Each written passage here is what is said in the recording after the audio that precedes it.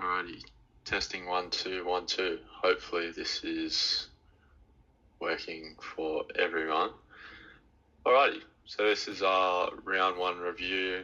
Obviously in the absence of training tonight because of the rain. So just going to go over some things from the weekend, some good things, some not so good things, and just addressing them in a little bit more detail, and probably the things we would have covered in tonight's training if we weren't washed out. So without further ado, let's cover the good things. So number 1, obviously being endurance. So despite the loss and pretty convincing scoreline in a defeat, we never gave up. We kept trying, and we managed to grab a couple tries towards the back end. And like I said after the game on Sunday, that it's very hard to keep trying after you've sort of already been defeated, and you know that. But that second half, noticeably, we improved, and I think we actually won the second half. I think scoreline-wise we actually did as well, or it was about equal or just off. But yeah, our fitness was good, considering as well. We didn't really have a bench towards the back end. We had a couple injuries, lots of fatigue out there as well, and we still managed to play some pretty good football, and the Sharks definitely got fatigued and they were making mistakes. So it's really good to see. And yeah, hopefully that can give us a little bit more confidence moving forward in that our fitness is actually pretty good if we can just hang in the games from the start. Number 2 being structure. So our structure was actually really, really good.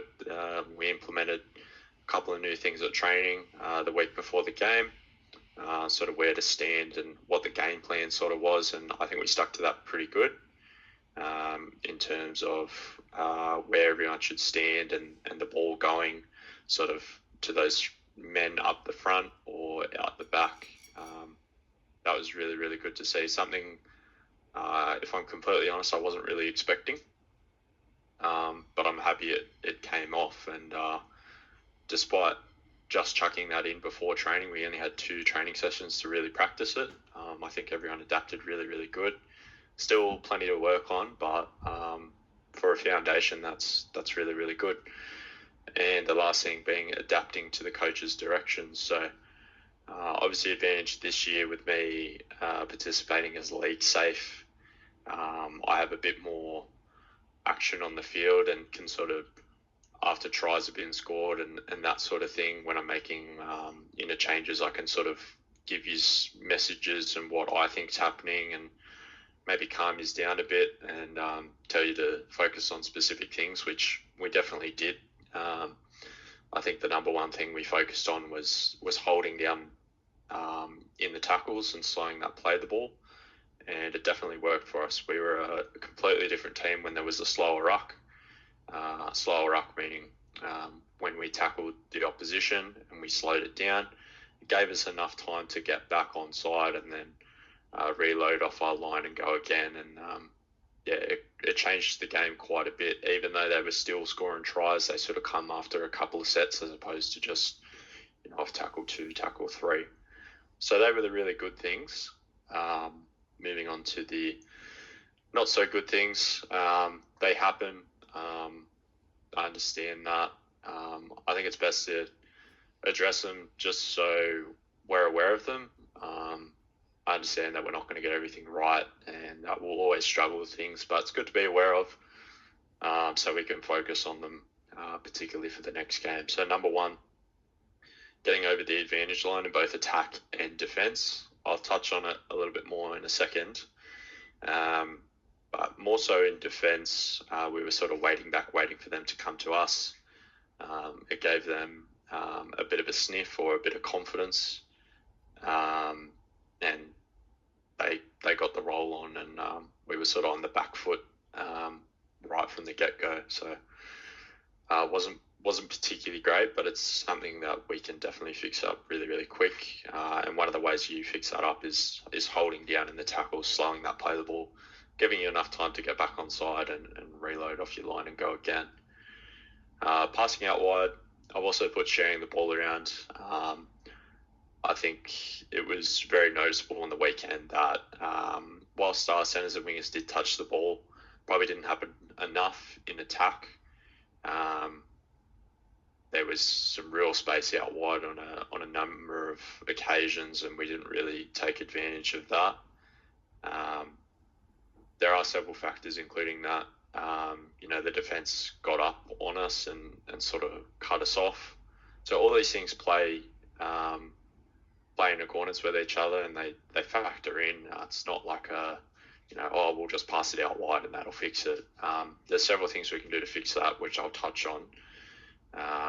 But yeah, definitely want to see centres and wingers touch the ball a little bit more and try and score some tries out wide or some line breaks, things like that.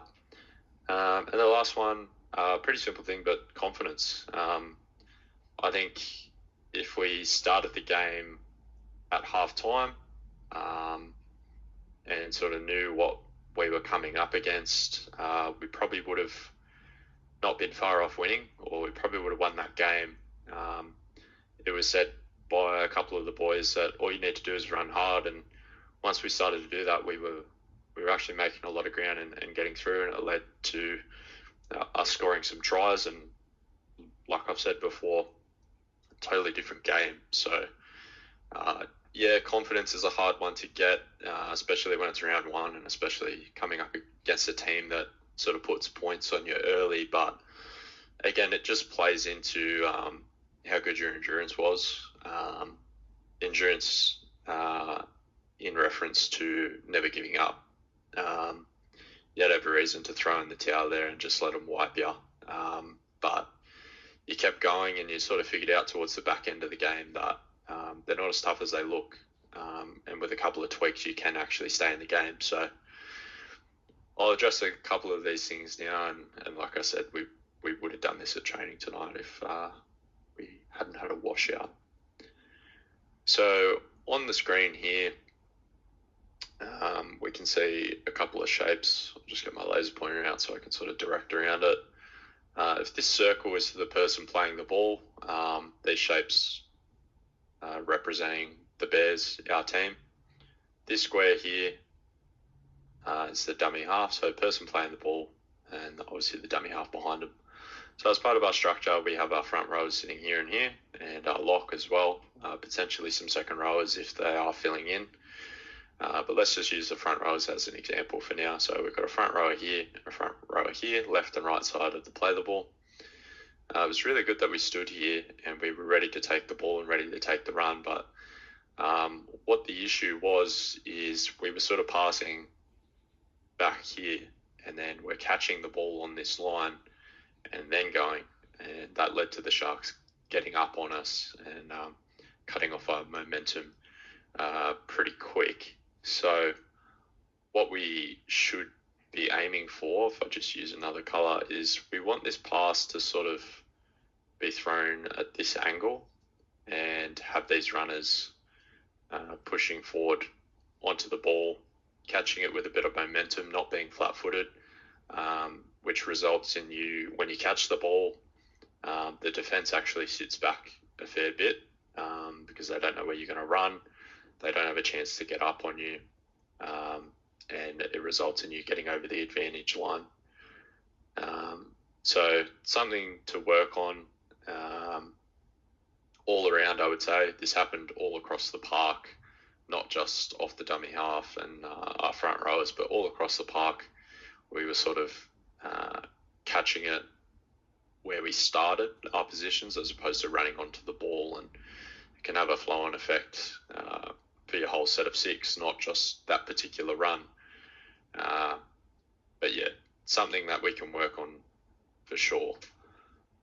So if we move on to the next slide, I've sort of detailed it here in defence. So the advantage line applies to, getting over the advantage line applies to both attack and defence. But in defence, we did suffer from it a little bit in that once the Sharks caught the ball and they gained a bit of momentum, we didn't move off our line. We were sort of back where these red triangles are. If this is ABC defender and ABC defender over here, we didn't move up off our line.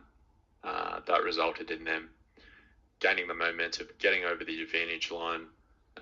Maybe you sort of tackled around this mark, and then you have to run, 10 meters back again. And if it's a quick play, the ball, it has a flow-on effect. So you're on the back foot and you're constantly running backwards and you're under fatigue, and it resulted in them scoring tries. So just like in touch footy, if you can do it quick, more often than not, you sort of gain an advantage from that. Now, a good way to shut this off is, as opposed to sitting back, obviously you want to try and get up over this yellow line, the advantage line. But that only happens if you can only go once the ball's being played. So if we look at that, that means we need to slow this play of the ball down and hold down in defence. When we make the tackle, the ref calls held, we can actually hold there for another second and a half, 2 seconds even. Then they get up and play the ball, and that means we're all back here ready, and then we can take 2 or 3 quick steps, get over that advantage line and slow their attack down, and potentially stop them taking advantage and going around us and going through us, so that type of thing. We did this on the weekend towards the second half. We slowed down the play of the ball. That was one of the messages that I sent out. I said, just lay on them, hold down in the tackles. The ref isn't calling any, meaning he's not penalising us for laying on them, for holding down, for slowing that play of the ball down. So it's one of those ones where it might mean early on in the game you do give away a penalty, just to know where the ref's at, to see what he's going to allow. And it might seem like, poor gamesmanship or poor sportsmanship, that type of thing. It's not. You adapt to the referee's calls. You're still within the confines of the rule. The referee rules the game, so you adapt to what they're doing. If they're not going to call it, then use that. And it's definitely something the Sharks did to us. They held us down. They slowed up our attack, which means they could cut us off a little bit better. So it all starts with the tackle, having a really good tackle. Even if it's not the best and you don't necessarily get them on the ground, as soon as that held is called by the ref, just stay on them a second and a half, slow it down. That gives enough time to your teammates to get back on side, and then allows them to get up and take those 2 or 3 quick steps, get over the advantage line and slow up their attack. It's not something that is easily done when you're out on the field. It can sort of seem like you're up against the wall. So that's where me and Adam come in as coaches. We can see that from the sideline, and I'm sure all the parents could as well. Simple calls like that where you have to adapt, which was something you did, so I'll give you that, and it was really good to see. It just came a little bit too late, so something to focus on for the next game for sure. Moving on, we can see a number of shapes here. So if this is our attacking structure, similar sort of thing, if we can see the circle being the person playing the ball, this red square being the dummy half. I've highlighted our front rowers in yellow, roughly where they stand. Our orange boxes here are our halfback and 5/8 on either side. It doesn't really matter for this example. The red boxes are to the right and to the left of the halfback and 5/8 respectively.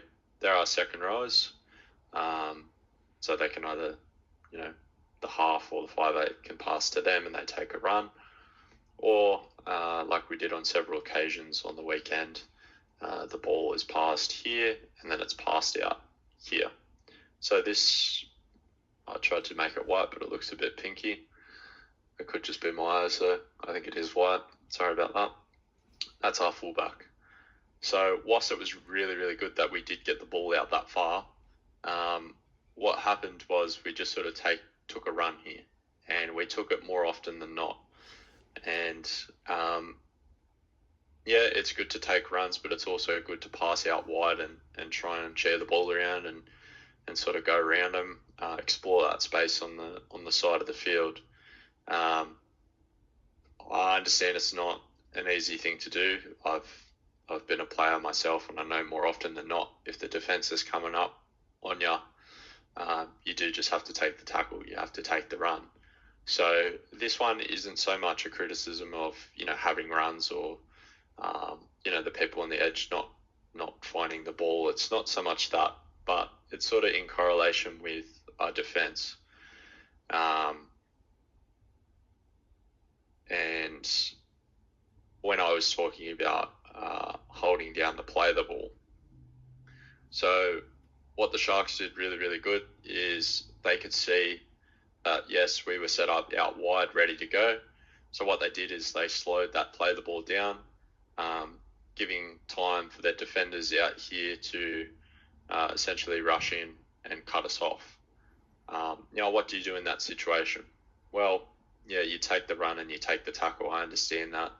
But it's something you need to recognise that, instead of trying to go to our full back really early, maybe we just need to, if I get rid of these lines really quick, sorry about that, maybe we just need to pass to this person and they just need to get on their elbows and knees and have a really quick play the ball, so then we can go out the back and have enough time to pass the ball out and things like that. It could be an instance as well that, instead of holding on to the ball for 1 to 2 seconds before you pass it, you just go bang, bang, bang, bang, bang really, really quick and get the ball out there. So there's a number of things you can do, and they rely on other players. I understand you're not going to do it every time, and we are understanding as coaches that is going to happen. We can identify when that's the right choice, or if that's something we need to fix up.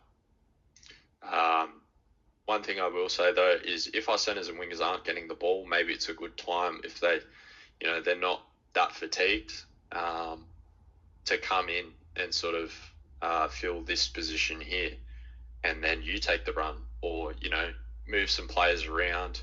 You can even jump up in these yellow boxes here if you're a centre and winger and just go, I need a run. Things like that too. Yes, we have a structure in place, but it's just there if you get into trouble. You can always manipulate it and change it around so it suits the team's needs. At one point there, forwards did a whole lot of tackling and they were obviously tired. That's somewhere where our outside backs need to jump in and just take the pressure off, because our forwards are tired and they need a rest. So things like that. I do know it's not easily done though, so I'm not too overly critical of this one. Something to aim towards, just something I noticed and I thought it was worth bringing up. So if we go back to our first slide, we can argue over a number of days, the amount of good things we did and the not so good things. I'm sure there was more than this, or less than this, depending on your perspective. I've just narrowed it down to 3 each, just for things to focus on. I think that's a good starting point. Like I said, I would have addressed this at training, just left it at this. I think if we can focus on holding down in tackles, as a result getting over the advantage line, which will have a flow-on effect to passing out wide and sharing the ball around, which in turn has a result on our confidence. That can easily swing games and lead to a better performance. But the good things, I don't want to downplay them at all. That's something that you should feel proud of. Like I said on the weekend, pretty good for a round one performance. I'm not too overly critical. I don't really care about the scoreline. I saw some really, really good things. It's just a thing of maybe we need to start a little bit better, which, we can address. by fixing up some of these things that I've addressed. So something to work towards. Have a think about your own game on the weekend. Maybe you did some good things, maybe you did some not so good things. Try and really think about them and how you can improve that in an individual setting and also in a team setting. I know it's hard when, you know, someone might make a mistake and that has a result on what you do, but we're all teammates at the end of the day, and we're only as strong as the team is, so we can all help each other out. And you never know, one good performance, one good pass, one good run could mean the whole team changes shape, and we come up with a really good performance. So that's all for now. I don't want to sound like a broken record because I know I tend to do that. Sorry, I do apologize for that. Hopefully you enjoyed the video. Hopefully my recording worked and I haven't wasted 20 odd minutes. But yeah, I'll stop it there. And if anyone has any questions, please reach out or ask me on Thursday. So thanks very much, guys, and I'll end it there.